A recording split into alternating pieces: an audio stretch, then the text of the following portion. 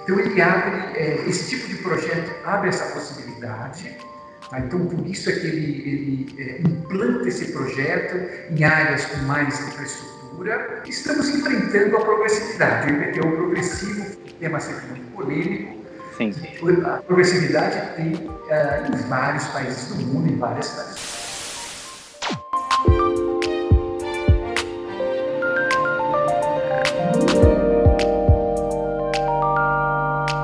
Vamos lá, bem-vindos a mais um ArcCoffee aqui no canal ArcSearch TV, nas nossas redes sociais. De novo, um prazer receber você, professor Ennio Moro, urbanista. Hoje a gente vai falar sobre um assunto importante que é a pandemia que a gente está vivendo, só que do ponto de vista urbano. Prazer, Ennio, sempre falar com você aqui no canal, muito bom. Vamos lá.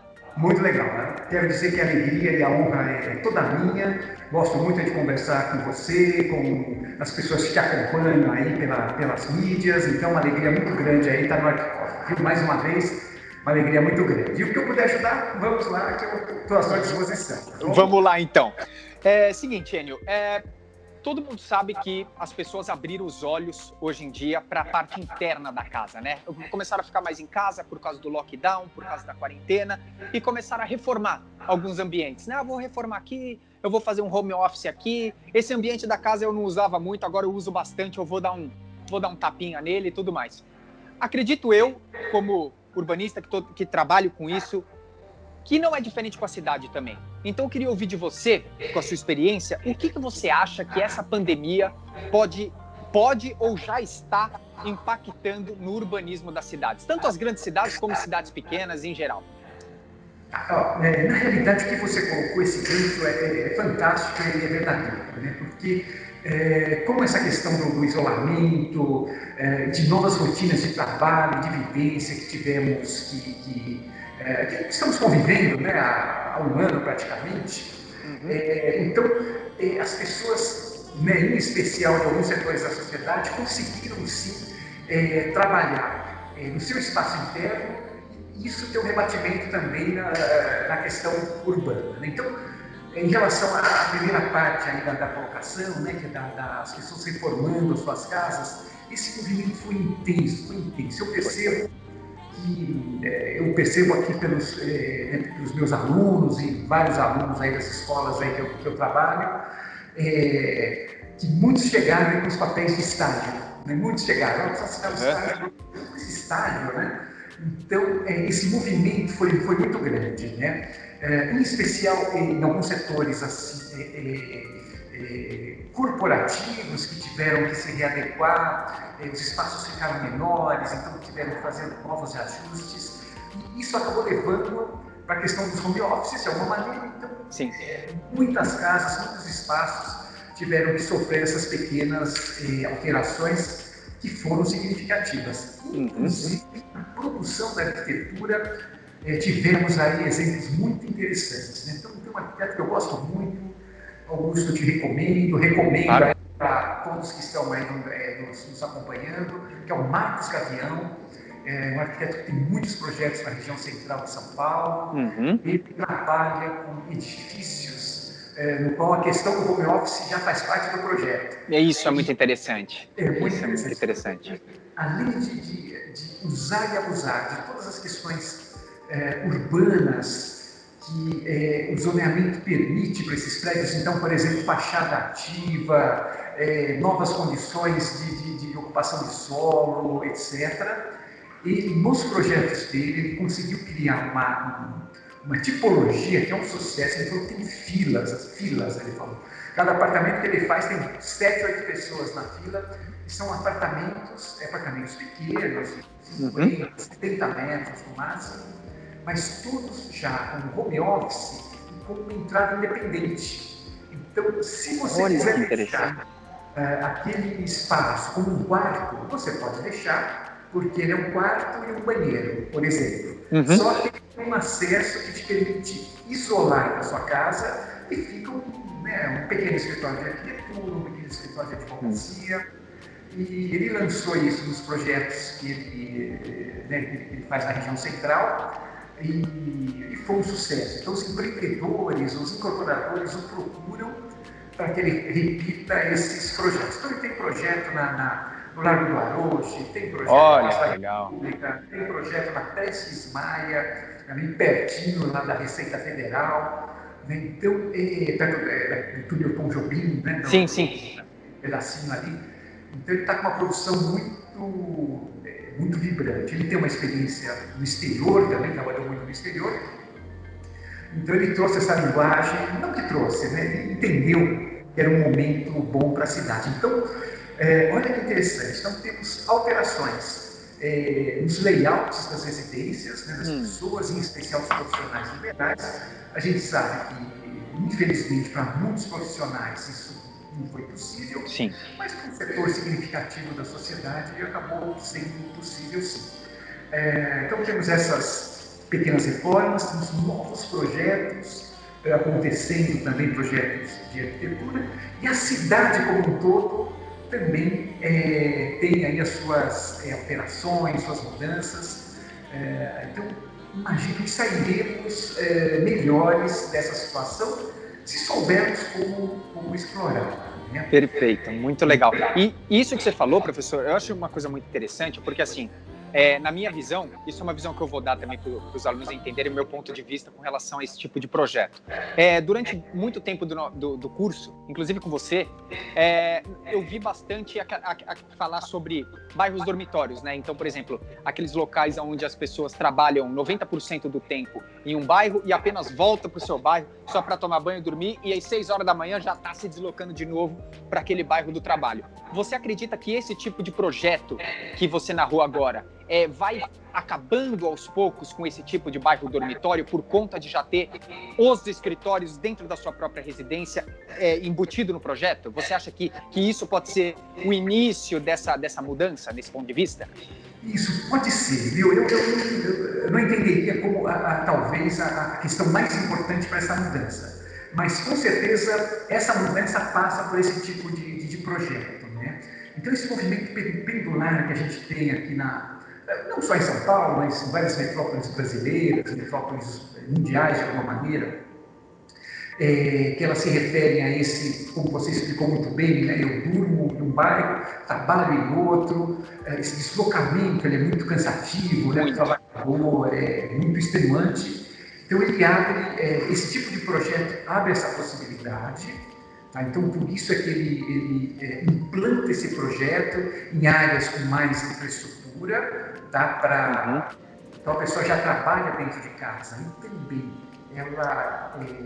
atividades de serviço, de apoio, ela tem pertinho, tá? Mas temos também o próprio plano diretor de São Paulo, que ele acaba prevendo e tentando criar condições para que isso ocorra, né? Ou seja, no momento que nós temos vários territórios do município de São Paulo que eles permitem atividade produtiva com poucos limites aí limites de coeficiente de aproveitamento, etc., e abre para essa possibilidade.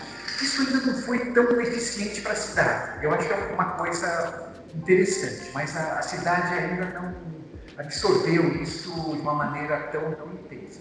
Na verdade, o que a gente percebe, que é algo também muito importante, é que próximo das grandes redes de mobilidade, sejam as grandes avenidas, seja metrô, seja os grandes eixos de transporte, ocorre hoje um adensamento, tá? Ou seja, o plano diretor ele prevê, o plano diretor e sua legislação que complementa, né? Zoneamento, etc. Prevê uma condição de adensamento que pode ser muito interessante também para a cidade. E a gente já vê isso, né? De alguma maneira, estava vendo isso. E a terceira questão, né, talvez sejam esses 3 pontos, que estamos enfrentando a progressividade. O IPTU progressivo, tema sempre muito polêmico. Sim.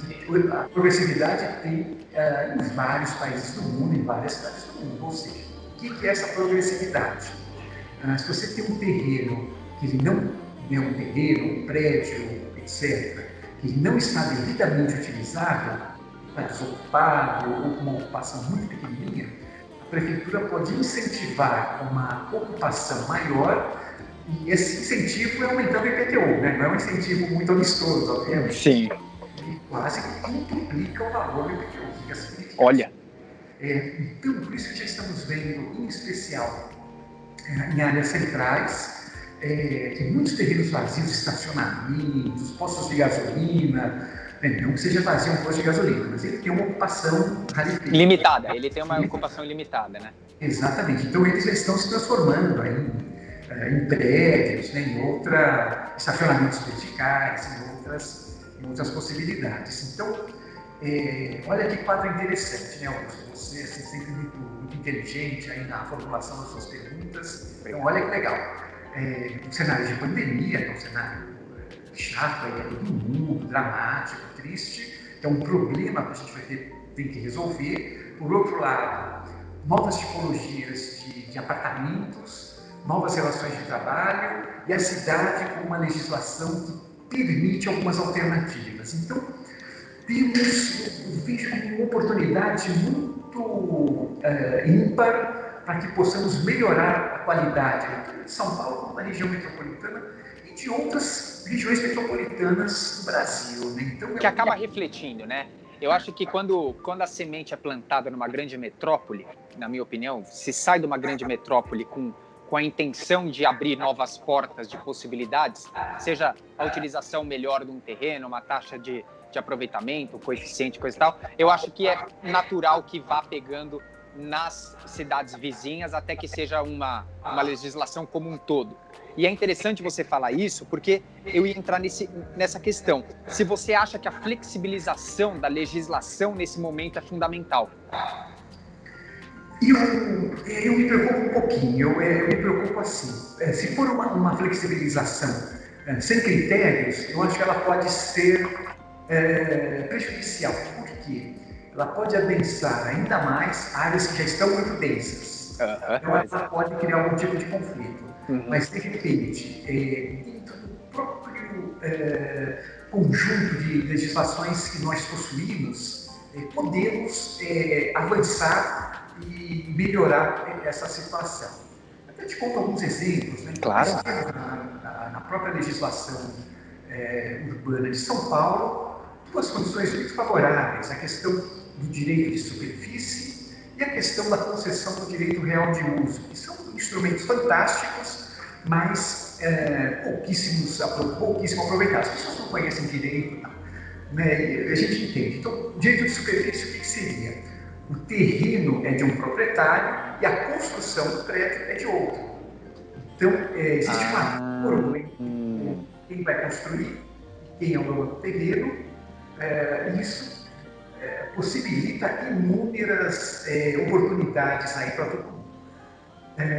E isso pula, teoricamente, se você é o dono do terreno e eu sou o dono do empreendimento, eu não vou ter que desbancar milhões para adquirir esse pedaço de terra, para daí conseguir investir no meu empreendimento. Exatamente. E Augusto, você também que é um estudioso aí do urbanismo, isso talvez você não saiba, porque poucos sabem disso, mas desde 2001 isso é autorizado, permitido. Olha! 20 anos, né? E poucas pessoas utilizam esse instrumento.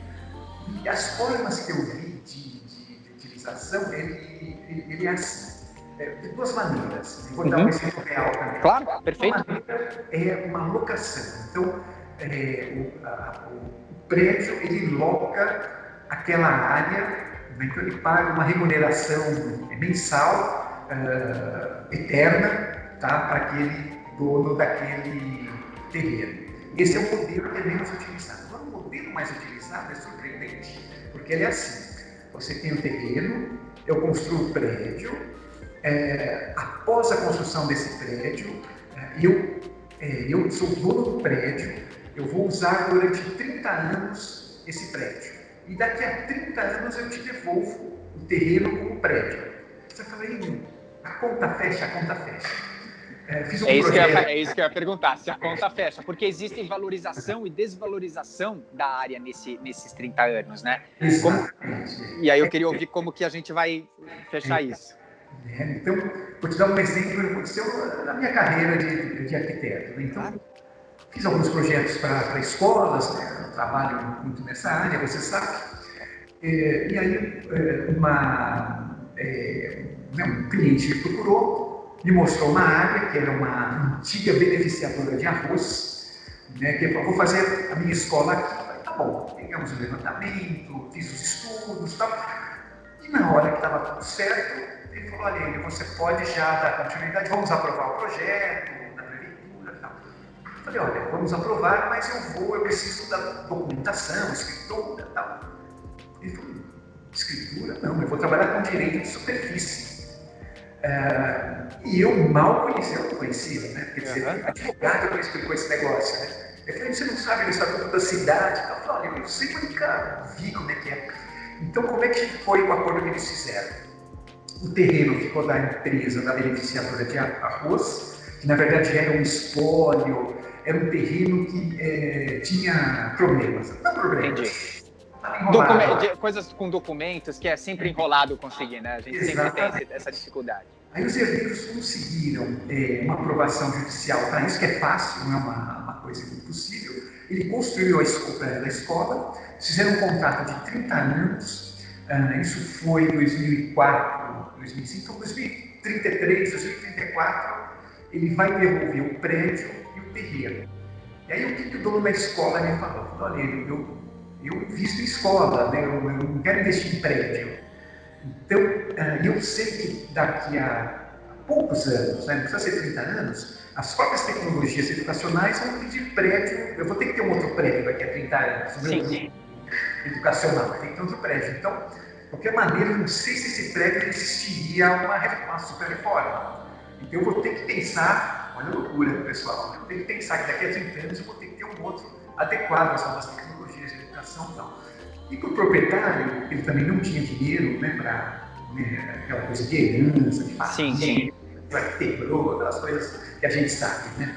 E para ele foi bom também, porque isso deu uma solidez como garantia para dívidas, aquela situação toda, para o prédio.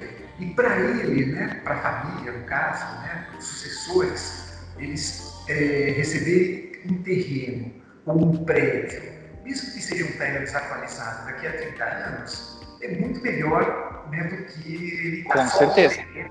Porque ele teria o progressivo, ele teria uma série de outras questões. Né? E mais gastos, né? E mais gastos. Exatamente. Sim. Isso na área privada. Na área pública, tem a concessão do direito real de uso, que uma das primeiras vezes que foi utilizado em São Paulo foi no governo Maluf, com um projeto Singapura, que é um projeto habitacional do governo Maluf. Sim. O que ele fez? Ele pegou áreas públicas, a área tem que ser pública, a área da prefeitura, ele pegou as áreas públicas visíveis, né, obviamente na beira de grandes avenidas, na marginal, em locais de visibilidade, e construiu esses conjuntos habitacionais chamados Singapura. E vendeu. Como que era feita? Na hora que você comprava, você pagava um pouquinho por mês. Esse um pouquinho por mês, ele parcelou foi de 25 a 99 anos. Então, se pagava dinheiro de hoje, era R$70, R$100, era para as populações mesmo.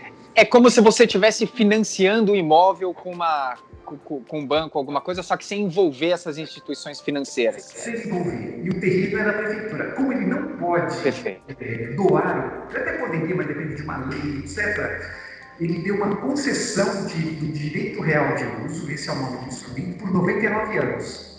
Então, as pessoas que moram em Singapura, elas têm escritura, e na escritura está escrito assim, você é dono desse apartamento e você é um concessionário da Prefeitura de São Paulo por 99 anos no seu terreno. Isso que ele fez não é novidade. Por exemplo, em países que têm rei, né, como o próprio Unido, né, é uma prática comum. 70% a 80% da terra nos países que têm rei são do rei. E o rei não vende, o rei, ele te dá o direito apenas de utilizar aquela terra num determinado período de tempo. Exatamente. Então, por exemplo, se for para um empreendimento chique, um hotel chique e tal, ele vai cobrar uma concessão, pode ser um aluguel mensal, ou vai te cobrar durante X anos, você pode usar. Mas se for para programas sociais, ele não cobra. E se for para ações de urbanismo na cidade, uma nova ciclovia, tal, eles não cobram também. É uma prática aí do... Até para incentivar esse tipo de ação para a cidade, muitas vezes, né? Eu não cobrar. Né? Então, veja bem esse cenário de pandemia, né, que temos, né, as possibilidades aí que elas se abrem para a cidade se reinventar, né? E tem uma outra, vou contar uma agora. Claro! Chamada Nu-Propriedade. Augusto, eu sou muito fã desse instrumento, chama Nu-Propriedade. O que é a Nu-Propriedade? Ele vem do direito urbanístico italiano. Alguns países usam, não, mas é uma coisa fantástica. É fantástico. Ele funciona assim. Então, eu posso te vender o meu apartamento, tá? Só que eu não vou entregar agora. Eu vou te dar um desconto que eu vou te entregar daqui a 10 anos. Então, sei lá, meu apartamento vale 1 milhão, então eu te vendo hoje ele por 800 mil, você me dá 800 mil, só que eu só te entrego o apartamento daqui a 10 anos. Então, que interessante. E aí eu vou colocar um parênteses do seguinte, do ponto de vista do comprador, do ponto de vista do proprietário, é sensacional. Vamos lá, você me pagaria 800 mil agora e eu te entrego daqui a 10 anos. A minha pergunta para você é, qual é a vantagem para quem deu os 800, para você que me deu os 800 mil agora receber só daqui a 10 anos? Então, eu posso fazer uma carteira de imóveis, por exemplo, eu posso estar comprando várias casinhas para incorporar. Eu vou incorporar daqui a 5 anos, 4 anos. Agora eu ainda estou começando a montar a minha incorporação, por exemplo. Então, eu já vou segurando, de alguma maneira, os imóveis. E essa negociação tem várias formas. Né? Então, por exemplo, vamos supor assim, um estudante nosso, né, de graduação de arquitetura se forma e quer passar um período no exterior. Agora não dá, né? Com a pandemia não dá. Daqui a um ano ele vai conseguir. Então, ele ganhou um apartamento da família, um pequeno apartamento para começar a vida, que bacana. Mas ele fala, puxa, mas eu quero passar um tempo fora. Então ele pode fazer isso, ele pode vender o apartamento dele, que vale 300 mil, por 100 mil, por exemplo, como um exemplo. Sim. Fala, vou te devolver, vou te entregar daqui a 15 anos, por exemplo, daqui a 10 anos. Né? Então ele pega aqueles 100 mil, vai passear, viajar e tal, volta, ainda tem o apartamento dele e depois ele tem que entregar. Isso veio da Itália, né? E aí as más línguas dizem que tem a ver com a máfia, porque se a pessoa morrer no meio desse processo, já vai direto para a pessoa que comprou. Antes desse período ser cumprido. Isso, antes desse período. Então é por isso que entra a máfia aí. Dizem as más línguas, né? Coisa que nasceu lá por causa disso. Então, entre jovens ocorre menos, foi mais um exemplo para eu te dar, mas é muito comum pessoas idosas, né, em 90 anos, tem um apartamentão de 5 milhões. O que é muito comum, né, nessas áreas nesses bairros mais antigos da cidade, é muito comum ter esses apartamentos grandões, com valores grandes, né? Eu posso receber uma grana agora, né, sei lá, posso receber 70% desse valor. Sim. Entrego daqui a 4, 5 anos, mas com esse valor eu já compro um menorzinho, já acerto, né? Perfeito, o fluxo é perfeito. E o que eu entro nesse meio, Enio, aí você me corrige se eu estiver errado no meu raciocínio, é o seguinte, para quem é bom em especulação imobiliária, consegue ter um lucro violento em cima disso, né? Porque, por exemplo, se o teu AP vale 800 mil e eu pago $500 mil agora para você, e daqui 10 anos o bairro explode e o bairro que você estava me vendendo por 1 milhão tá valendo 5, eu enfio um apartamento na minha carteira de 5 milhões atualmente, só que eu paguei 500 pau lá atrás. Isso, entendeu? E essa que é a dinâmica. Então, por exemplo, onde que ocorre isso bem? Em locais que têm potencial de valorização, em função dessas ações da própria pandemia, com o urbanismo, com a arquitetura, ações de, por exemplo, bairros que irão certamente aí se desenvolver. Né? Então, por exemplo, esses eixos de desenvolvimento urbano da Zona Leste, né? Moca, Tatuapé, são bairros ótimos aí para você fazer esse investimento. Não sei se eu faria num bairro muito consolidado. Eu não sou um bom investidor, não seria o melhor exemplo, viu? Mas um bom investidor sabe, né? Olha, esse bairro vai valer tanto, tal. Tem que ser um pouquinho, eu acho que tem que ter um perfil mais agressivo para ser, né? E não é todo mundo que tem essa veia mais agressiva de investimento. Tem, por exemplo, o que você falou, pessoas idosas com apartamentos grandões, tem pessoas idosas de 80, 90 anos que vivem de aluguel de 5, 6, 7, 8, 9 imóveis só. Vivem apenas do aluguel desses 9 imóveis que tem, e super bem, porque o aluguel foi subindo, né? No decorrer do tempo. Isso é muito interessante. E, Enio, por que você acha que... Você mesmo deu o exemplo do seu cliente, advogado que apresentou isso e te explicou. Por que você acha que, mesmo no meio de arquitetura e urbanismo, falta informação desse tipo de solução, que nem de aproveitar o terreno apenas alugando ele e você só investindo na propriedade? Por que você acha que falta mídia em cima disso? Você acha que falta informação mesmo ou interesse da população em geral?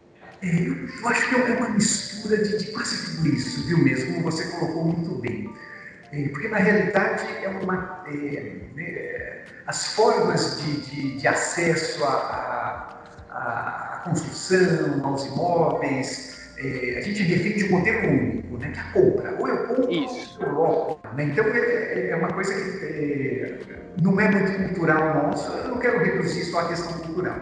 Mas imagina, né, de repente, esses novos conceitos, né, a gente está muito acostumado à compra ou à locação, ou algumas formas variantes disso. Você chegar com essa proposta de direito de superfície e tal. Mas acho que é um momento adequado para a gente discutir isso. As escolas de arquitetura já trazem essa informação, alguns setores mais avançados do mercado imobiliário também já trazem isso.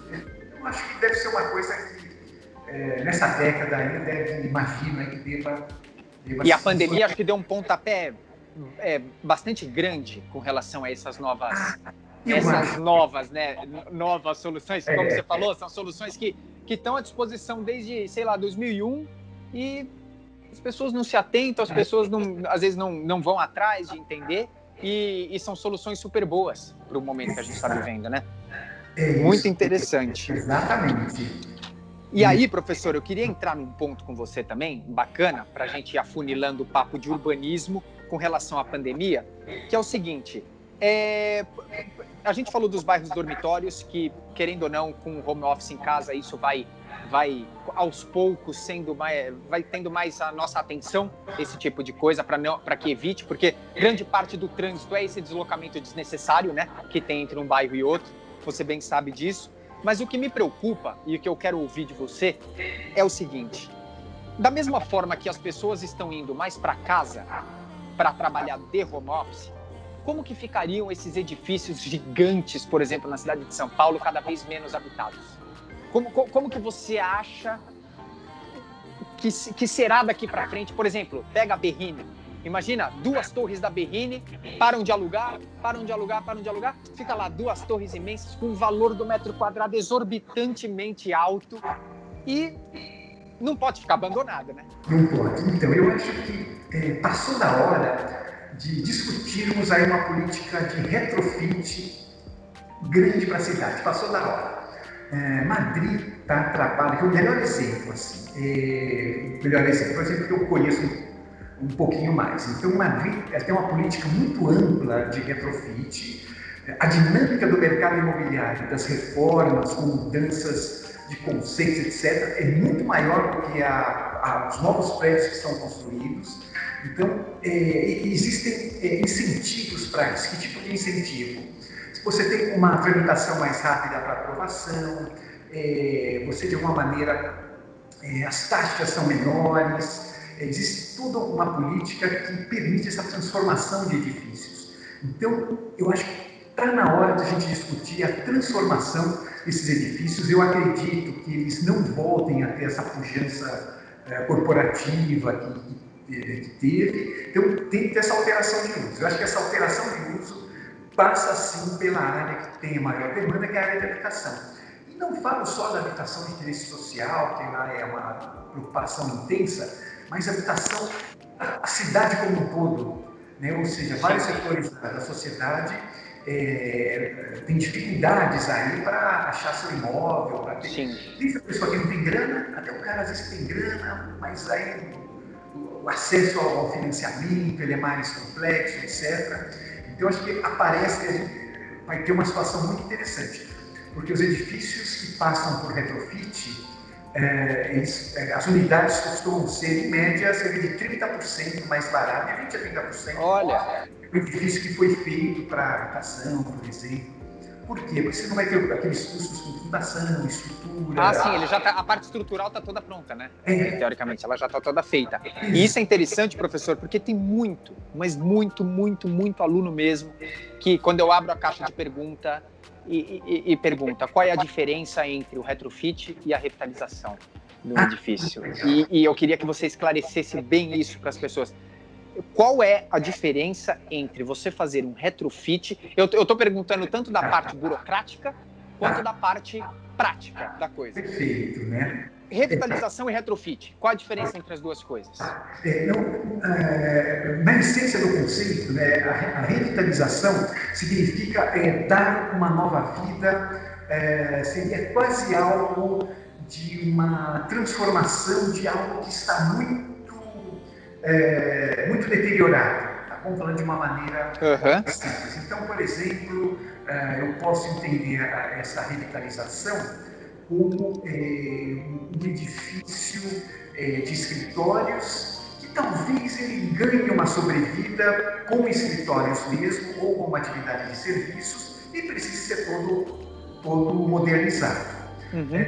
Já no retrofit, eu consigo dar um outro significado para o edifício, ou seja, eu consigo transformar um edifício corporativo, por exemplo, em uma escola ou em um edifício habitacional. Você muda a essência do projeto, tipo muda... isso. Exatamente, tá? Você muda toda a situação de infraestrutura do edifício, você cria toda uma condição técnica para que ele receba esses novos usos. Mas esses conceitos se misturam, viu? Sim. Tem uma definição aí uma linha entre esses conceitos, né? Então, de repente, alguém falar em retrofit numa situação de revitalização ou vice-versa, é aceito também, viu? Legal. Esse limite está tênue, né? Sim. Mas eu acho que é uma possibilidade muito interessante. Né? E a restauração entra nesse baile também, né? Eu já vi aluno falando assim, o Museu de Ipiranga está passando por revitalização. Na verdade, o Museu de Ipiranga está passando por uma restauração histórica e tudo mais. E acaba também se misturando, mas os alunos têm que tomar cuidado na hora de dar o nome na prancha do TFG, de falar, eu estou revitalizando tal parte, eu estou restaurando tal parte, ou se é um retrofit. Porque eu acredito que daqui para frente na cidade, eu digo por São Paulo, porque é onde a gente acaba vivendo o nosso cotidiano, nosso dia a dia, e eu acho que uma das grandes soluções para a cidade ficar um pouco melhor daqui para frente são retrofits. Por isso que eu te perguntei dos edifícios vazios, que teve também essa polêmica uns anos atrás, no próprio mestrado, né, que a gente conversou bastante no mestrado sobre o Wilton Paes, que, querendo ou não, era um prédio que estava sem uso e acabou sendo ocupado por aquelas pessoas e tudo. Então, existem linhas tênues entre esses temas e que abrangem muito mais coisas graves do que simplesmente restaurar, revitalizar ou fazer um retrofit, né? Então, eu acho que isso é importante a gente falar. Isso que você falou, eu acho muito legal, porque a essência é fazer um projeto de um novo uso, ou melhorar, atualizar aquele uso com qualidade. Esse é o desafio, né? E as cidades brasileiras não têm uma legislação de retrofit. Acho que tem que entrar no site da Comunidade de Madrid, que é da prefeitura, olhar lá, aprender, porque é uma legislação própria que é fantástica, assim, né? Porque isso também é muito mais econômico, muito mais sustentável. Muito!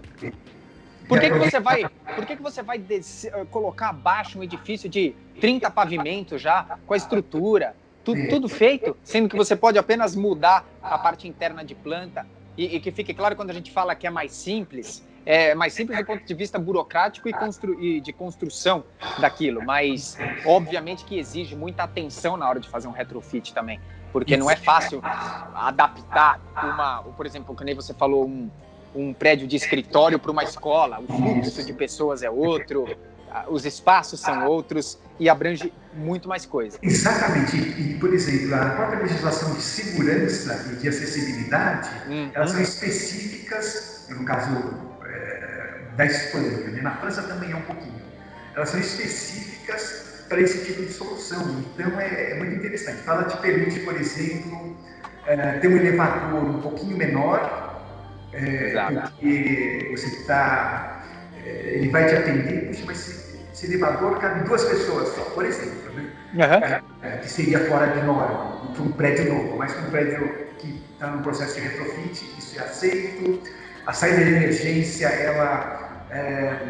olha, eu não consigo cumpri-la toda, mas eu consigo utilizar um artifício de um sprinkler ou uma área de ventilação para amenizar, então é aceito no prédio. Uma escada externa de incêndio, por exemplo, né? Quando você não consegue ter o núcleo da escada de incêndio interna, você pode fazer externa, mas eu acho que isso também é importante a gente falar do retrofit daqui para frente, porque a pandemia deu bastante preocupação nos olhos dos atentos com relação a essas coisas que vão acabar acontecendo. Vão existir prédios cada vez mais vazios daqui para frente. E isso eu acredito que seja inevitável.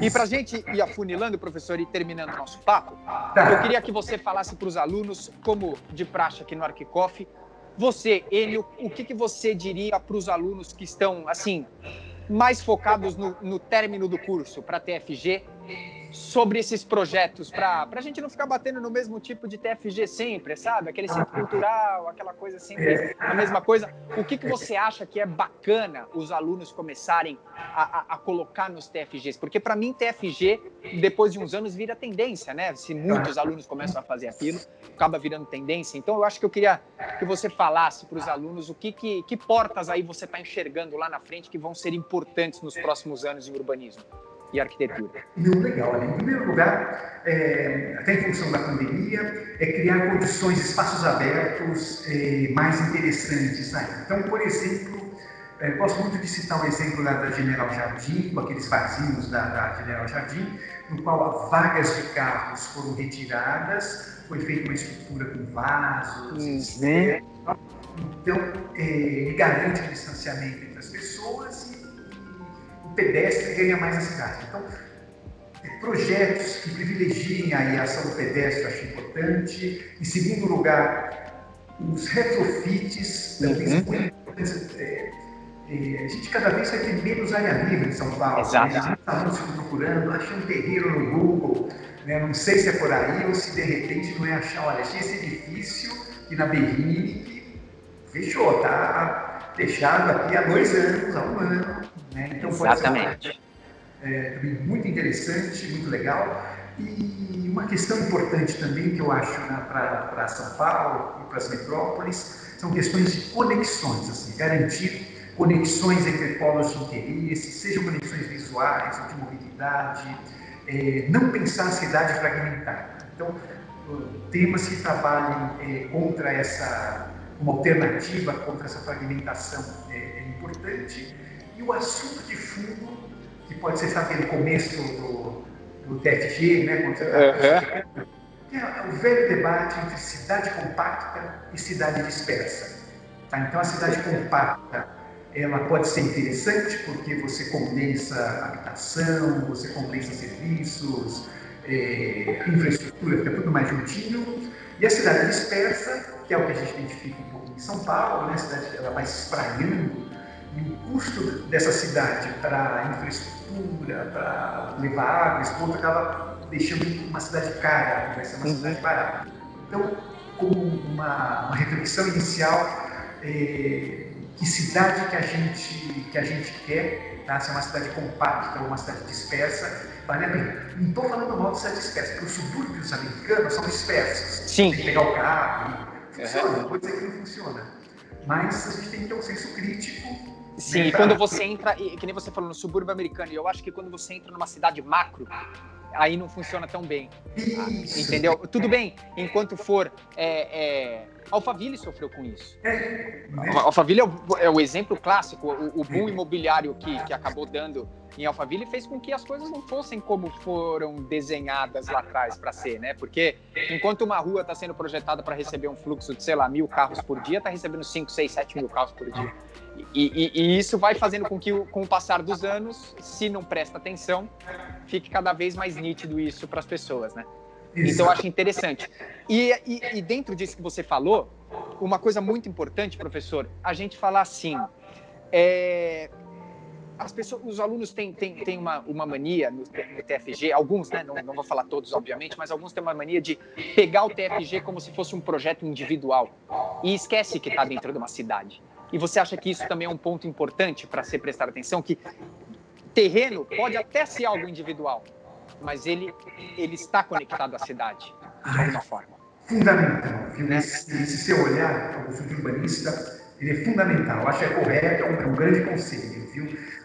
No momento que você restringe o TFG a um lote, começou errado. Começou errado. Então, você tem que entender toda a situação de contexto, e vai desde questões naturais como declividades, insolação, etc., até as questões do próprio território urbano, né? Você está perto do que, você está longe, vai ter prédio perto, não vai ter. Então,